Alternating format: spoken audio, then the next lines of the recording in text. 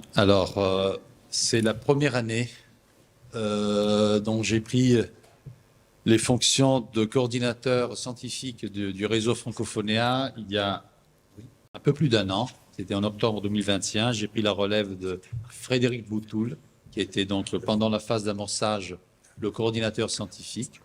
Je remercie Frédéric pour le travail accompli qui nous a permis de commencer la phase de consolidation dans des conditions tout à fait confortables.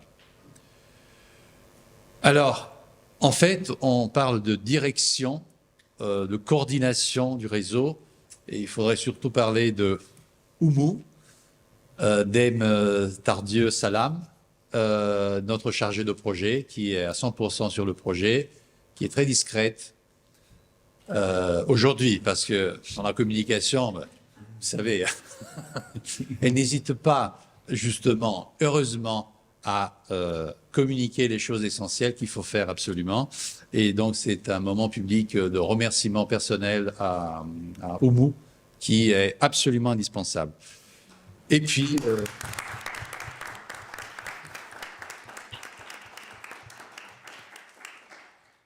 Et puis ce pauvre porteur d'eau chargé de trop de cours, mais qui a essayé de faire de son mieux. Donc vous pardonnerez toutes mes limites. Alors, essentiellement, alors il y a 10 diapos, hein, je vous rassure tout de suite, on est déjà à la 3e. Vous voyez, bientôt terminé.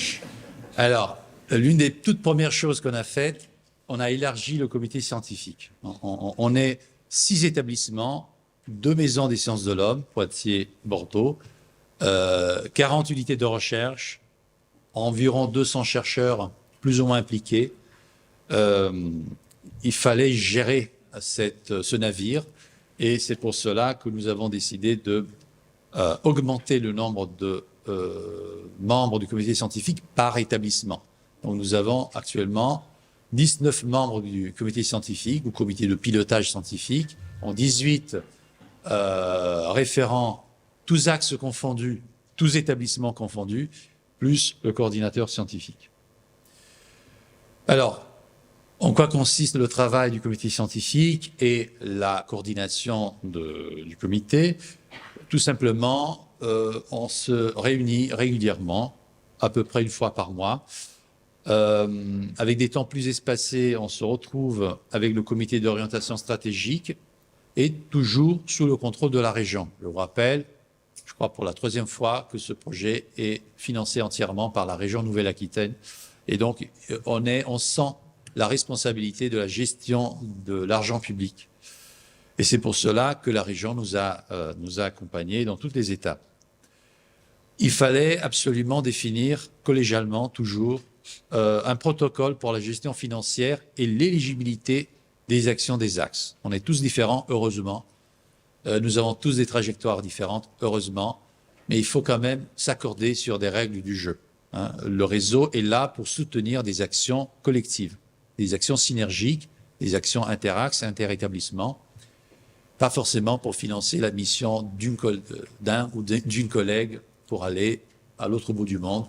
Et ça dépend. Hein. Donc toujours, c'est la responsabilité de la gestion de ces moyens qui nous a guidés dans la définition d'un protocole et c'était nécessaire d'y parvenir.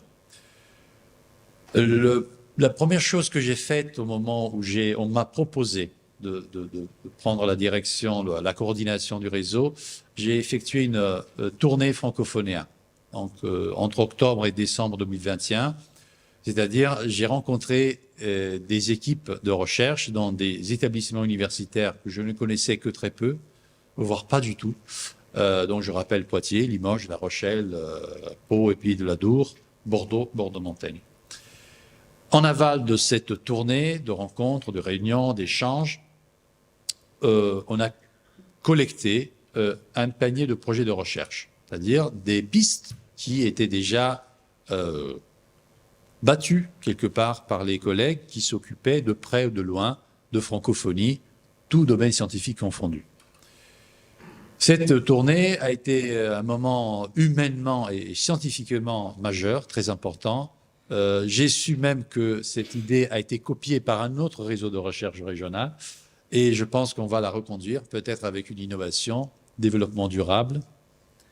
Je ne sais pas qui pourra me suivre en vélo, mais ce n'est pas exclu, sachant que la région Nouvelle-Aquitaine est une très grande région, donc pour la sillonner à vélo, là je me suis engagé publiquement, donc le choix.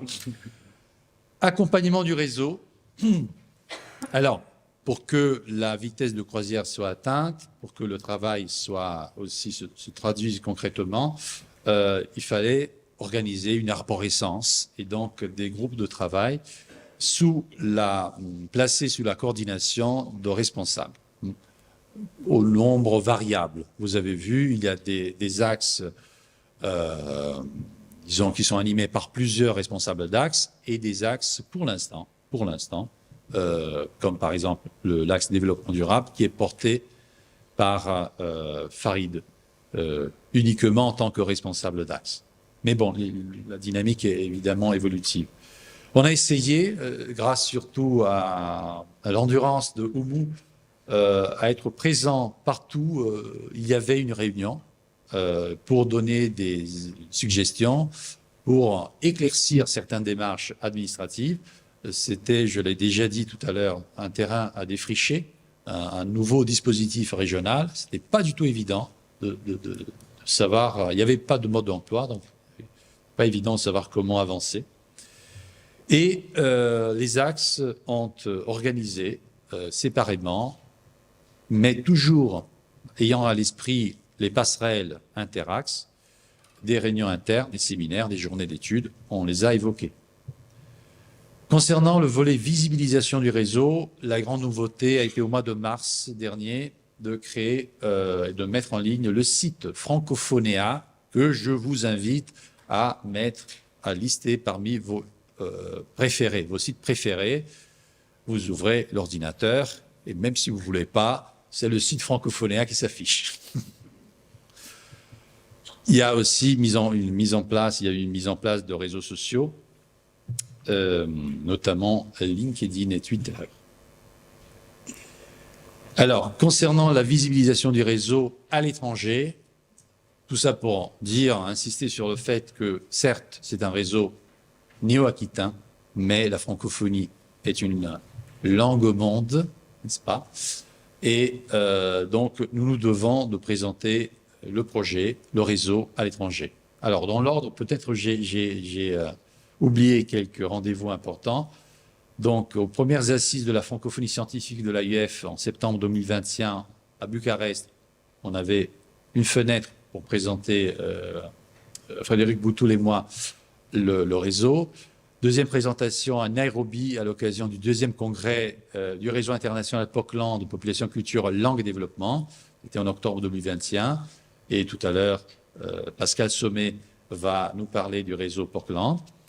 Vous voyez, donc ces rencontres ont débouché généralement sur des partenariats. J'ai été invité à Genève par l'association Réseau Francophonie qui est également présente dans l'après-midi. Plus récemment, en octobre dernier, j'ai effectué une mission à Tizi Ouzou dans la Grande Kabylie pour présenter, entre autres, des recherches et le réseau Francophonéa. Oumou est intervenu à un colloque en marge du sommet de la francophonie à Djerba, donc en novembre dernier. Maurice va intervenir en décembre 2022 à Bucarest lors du symposium de la recherche scientifique francophone en Roumanie. Et j'aurai le plaisir d'aller à Venise pour présenter, dans le cadre de l'Assemblée générale de l'association Dorif Universita, qui est également présente ici en salle et à distance, on en parlera tout à l'heure.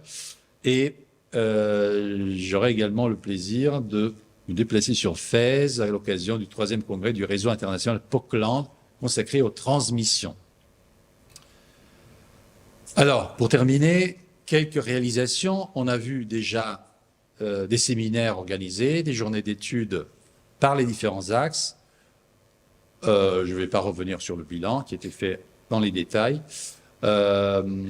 Juste dire que ces journées d'études déboucheront généralement sur des publications scientifiques, un projet déposé financé déjà donc entamé. Le projet Parle, porté par le collègue Nicolas Guilliot et portant sur les langues régionales de Nouvelle-Aquitaine, sur nombre de 4. C'est une région très riche en diversité linguistique, basque, occitan, poitevin, saintongeais et parler du croissant.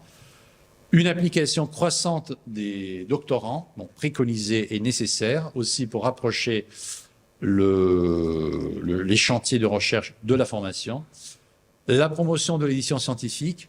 On a eu le plaisir hier, à l'occasion de l'Assemblée générale interne, et tout à l'heure, vous aurez l'opportunité de découvrir, pour ceux qui ne connaissent pas encore, les éditions des archives contemporaines. Je salue Gerardo Bautista qui est présent ici. Et on a réfléchi à la création d'une collection Francophonia. Nous allons vous dire quelque chose de plus tout à l'heure. Et par ailleurs, le riche rayonnement partenarial dont la session de l'après-midi est un reflet, je dirais, plutôt fidèle. Et pour terminer, les points à améliorer et le développement. Mieux définir les périmètres des compétences, c'était un exercice nouveau pour tous. Donc, je pense qu'on a accordé nos violons. Mieux visibiliser le réseau dans les sites institutionnels des établissements impliqués. C'est le collègue Boumedienne qui m'a précédé, mais même les autres reconnaissent qu'on peut faire mieux et plus. Bon, je passe sur la surcharge de travail parce que ça ne vous intéresse pas. Mobilisation de forces vives. Alors, tout à l'heure, on parlait de liste de collègues. Je vous rappelle que dans le site Francophonia, vous avez la liste mise à jour systématiquement des forces vives. Donc, je fais aussi un appel aux collègues présents qui seraient toujours pas et qui seraient intéressés, évidemment, à adhérer au réseau, à prendre contact avec Oumou pour la construction d'une fiche personnelle à valoriser dans le site. Et il s'agira donc d'étoffer la communication grand public, mobiliser la presse, entre autres, augmenter progressivement le dépôt de projets de recherche, c'est l'enjeu et l'injonction aussi de nos universités et de notre région, et comme je l'ai dit, rapprocher davantage de recherche et formation, et réfléchir d'ores et déjà à la pérennisation du réseau. Le financement s'arrêtera en 2025. Monsieur Jean-François Lancelot, ce matin, nous a éclairé sur des possibilités de créer une entité juridique autonome, une fédération, sans doute, une association, à discuter. En tout cas, nous souhaitons jouer, pour une fois au bout, n'est-ce pas, jouer l'anticipation et poser dès 2022 cette question pour être prêt à l'après 2025. Voilà, c'est terminé. Je pense avoir respecté les 7 minutes, 42 secondes, peut-être pas. Voilà, en tout cas, merci pour votre attention.